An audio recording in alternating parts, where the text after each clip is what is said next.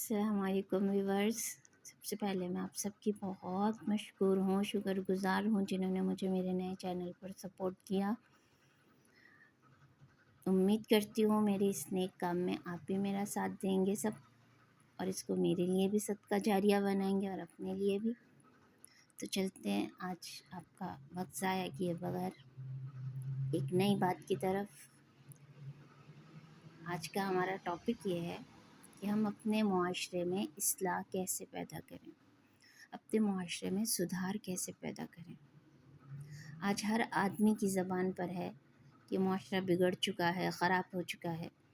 اگر کوئی آدمی پرائیویٹ ادارے میں ملازم ہے تو کہتا ہے کہ سارے سرکاری ادارے رشوت خور ہیں. کوئی سرکاری ادارے میں ملازم ہے تو کہتا ہے پرائیویٹ ادارے خراب ہیں. ہر آدمی دوسرے کو بولتا ہے، ہر آدمی دوسرے سے متنفر ہے. حاکم کہتا ہے میری رعایا چور ہے، رعایا کہتی ہے حکمران ایسے اور ویسے ہیں. جبکہ اللہ نے سورۃ مائدہ میں صاف صاف لفظوں میں کہا ہے یا ایھا الذین آمنوا علیکم انفسکم، اپنی ذات کی فکر کرو. اے ایمان والو اپنی ذات کی فکر کرو. لا یضرکم من ضل اذا اہتدیتم، تمہیں کوئی نقصان نہیں پہنچا سکتا چاہے وہ گناہ گار ہو، جو بھی ہو، گمراہ ہو، اگر تم راہ راست پر ہو تو. آج ہمیں اگر معاشرے کے بگڑنے کا غم ہے، معاشرے کے خراب ہونے کی فکر ہے، تو اس کے لیے ہم کرتے کیا ہیں؟ مجلس 2 آدمی کی ہو یا 4 کی، 10 آدمی کی ہو یا 20 کی، بیٹھے ہوئے ہیں، بحث کرتے ہیں، اس کا نتیجہ کیا؟ کیا ہمارے آپ کے صرف اتنا کہنے سے کہ معاشرہ سدھر جائے گا؟ ایک بگڑا ہوا آدمی راہ راست پر آ جائے گا؟ پھر جب آپ کے اس بولنے سے اس معاشرے کی اصلاح نہیں ہو سکتی تو ایسا کون سا راستہ اختیار کیا جائے؟ اس کا صاف صاف قرآن نے بتا دیا علیکم انفسکم، اپنی ذات کی فکر کرو، اپنے اندر کی کمی کو پورا کرو، اپنے اندر کی خامی کو ختم کرو، اپنے اندر کے بگاڑ کو ختم کرو، اپنے معاملات کو دیکھو. صاف لفظوں میں لکھا ہے قرآن میں ما اصابک من مصیبت فبما کسبت ایدیکم،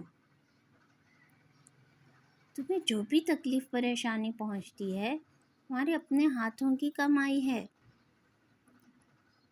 سوری اگر صاف لفظوں میں کہا جائے تو تمہارے اپنے ہاتھوں کے کرتوت ہیں جن کو تم کرتے ہو. یہ تو ہو نہیں سکتا کہ ہم یہ کہیں کہ اللہ کا کلام ہے تو خدا نخواستہ اس میں سچائی نہیں ہوگی. ایسا تو ہو نہیں سکتا. الحمدللہ مسلمان ہونے کی حیثیت سے ہم سب کا عقیدہ ہے کہ اللہ کا کلام جھوٹا ہونے سے بالکل مبرہ ہے، پاک ہے، بری ہے. تصور بھی نہیں اس کے جھوٹا ہونے کا. تو پھر یہ تو ثابت ہو گیا جو تکلیف پہنچتی ہے اپنے ہاتھوں کی کمائی ہے.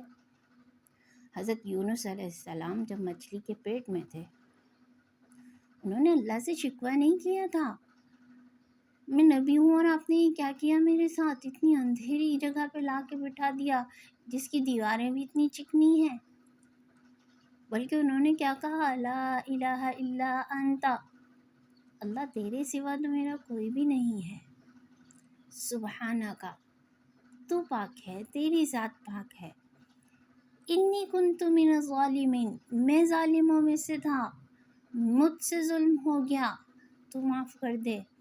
اور اللہ کو ان کی اپنی اصلاح کا یہ طریقہ اتنا پسند آیا کہ اللہ نے فوراً سن لیا اور ان کے اس جملے کو قرآن میں ذکر کیا اور اس جملے کو آیت کریمہ کا خطاب دیا گیا لوگوں سے، اور اس کے ذریعے سے لوگ اب اپنی کتنی پریشانیوں کا علاج کرتے ہیں.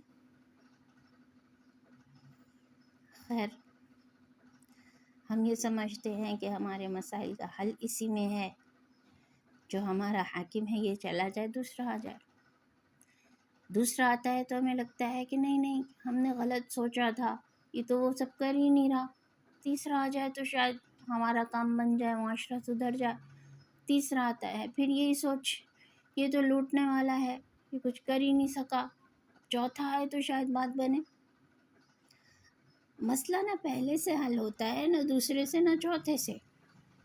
مسئلوں کا حل حاکم کے پاس نہیں، مسئلوں کا حل اللہ کے پاس ہے۔ ہم اللہ کو چھوڑ کر انہیں اللہ سمجھ بیٹھے ہیں۔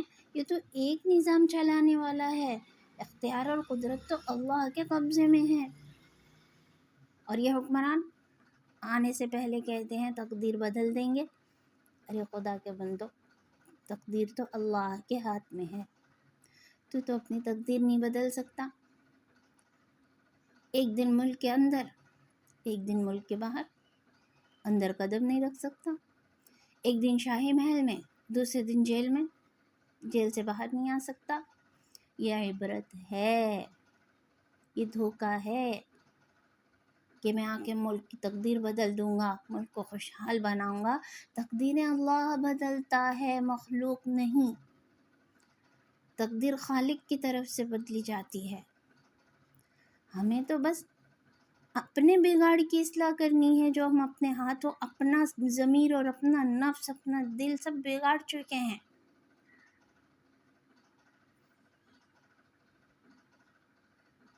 اس طرف توجہ نہیں ہے کہ اپنے اندر کیا چل رہا ہے۔ بات یہ ہے کہ معاشرہ خراب ہے، معاشرہ بگڑا ہوا ہے۔ معاشرہ نام کس کا ہے؟ کسی عمارت کا نام ہے جس کو ظاہری رنگ و روغن کر کے اس کو سدھار لیا جائے؟ نہیں، یہ ہم انسانوں سے، زید، بکر، فاطمہ اور عمر سے مل کے معاشرہ بنتا ہے۔ حضرت حسن بصری رحمہ اللہ، بزرگ آدمی، ان سے کسی نے کہا حضرت علاقے میں بارش نہیں ہو رہی، ہم بڑے پریشان ہیں، جانوروں میں دودھ ختم ہو رہا ہے، کھیتیاں تباہ ہو رہی ہیں، پینے کے لیے پانی نہیں مل رہا، آپ دعا کریں۔ تو انہوں نے کہا بات یہ ہے کہ جب اللہ بارش کو روکتا ہے تو یہ اللہ کی ناراضگی کی علامت ہے۔ اللہ ناراض ہوتا ہے تو ایسا ہوتا ہے۔ مجھے تو یہ نظر آ رہا ہے اگر میں اس بستی سے نکل جاؤں تو بارش ہو جائے گی۔ اتنے بڑے عالم اور ولی، یہ نہیں کہا معاشرے والوں تم بگڑ گئے ہو، تم سدھر جاؤ، بلکہ یہ کہا میں بگڑا ہوا ہوں، اپنے ایمان کی فکر، اپنے ایمان کو درست کرنا۔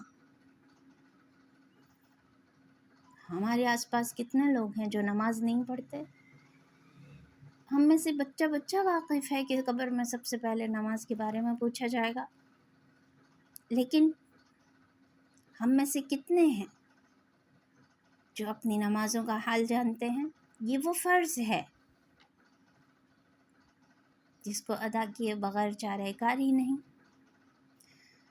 لیکن ہمیں اپنی فکر تو ہے نہیں۔ حضرت عمر رضی اللہ تعالیٰ عنہ، جن کے بارے میں آپ صلی اللہ علیہ وسلم نے دنیا میں ہی جنتی ہونے کی بشارت دے دی تھی، اور اس کے علاوہ یہ بھی فرمایا تھا لو کان بعدی نبی لکان عمر، میرے بعد اگر کوئی نبی ہوتا تو عمر اس منصب کے آدمی ہیں کہ اللہ ان کو نبی بناتے۔ اس کے باوجود حضرت حذیفہ بن یمان رضی اللہ تعالیٰ عنہ رازدار تھے آپ صلی اللہ علیہ وسلم کے۔ آپ نے ان کو منافقین کے نام بتائے تھے، قیامت کی بہت سی نشانیاں بتائی تھیں، رازدار تھے۔ جب وہ کسی کے جنازے میں شریک نہیں ہوتے تھے تو صحابہ سمجھ جاتے تھے کہ یہ منافق ہے۔ بہت دفعہ کوشش کی صحابہ نے ان سے پوچھنے کی منافقین کے نام بتا دیں، انہوں نے نہیں بتائے۔ آخر حضرت عمر رضی اللہ تعالی عنہ ان کے پاس گئے، اپنے ایمان کی فکر، سن چکے ہیں نبی سے جنتی ہیں، سن چکے ہیں کہ نبیوں جیسے اعمال ہیں ان کے اندر، اس کے باوجود ان کے پاس آئے اور کہنے لگے حذیفہ خدا کے لیے مجھے ایک بات بتا دو، تمہیں رسول اللہ نے جو منافقین کے نام بتائے تھے ان میں عمر نام تو کہیں نہیں ہے۔ اتنی فکر اپنے ایمان کی کہ ان منافقین میں کہیں عمر تو شامل نہیں۔ ہمارا معاشرہ ایسے درست ہوگا، علیکم انفسکم، جب ہم اپنی ذات کی فکر کریں گے تب ہمارا معاشرہ درست ہوگا۔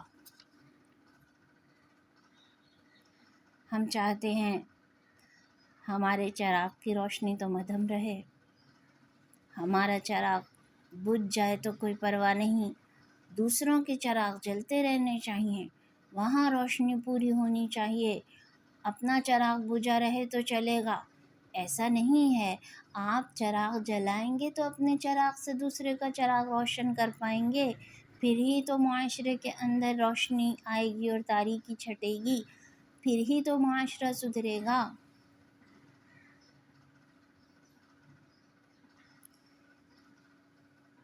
آج کی ویڈیو کچھ زیادہ ہی سیریس ٹاپک پہ ہو گئی، لیکن یہ دنیا کی بہت بڑی حقیقت ہے کہ جو اپنے آپ کو سدھار لے گا، اپنی فکر کرے گا، اپنے بارے میں سوچے گا، سب سے پہلے اس کے بارے میں ہے للذین احسنوا فی ہذہ الدنیا حسنہ، کہ جو نیکی کی جنہوں نے، تو انہیں دنیا میں بھی حسنہ ملے گی۔ حسنہ کا مطلب ہے راحت اور خوشی، وفی الآخرۃ حسنہ، اور آخرت میں بھی ان کو اچھا بدلہ ملے گا۔ لیکن یہ وہ ہیں جنہوں نے احسنوا نیکی کی، اور نیکی وہ کرتے ہیں جن کا اپنا نفس سدھرا ہوا ہو۔ تو دوستو،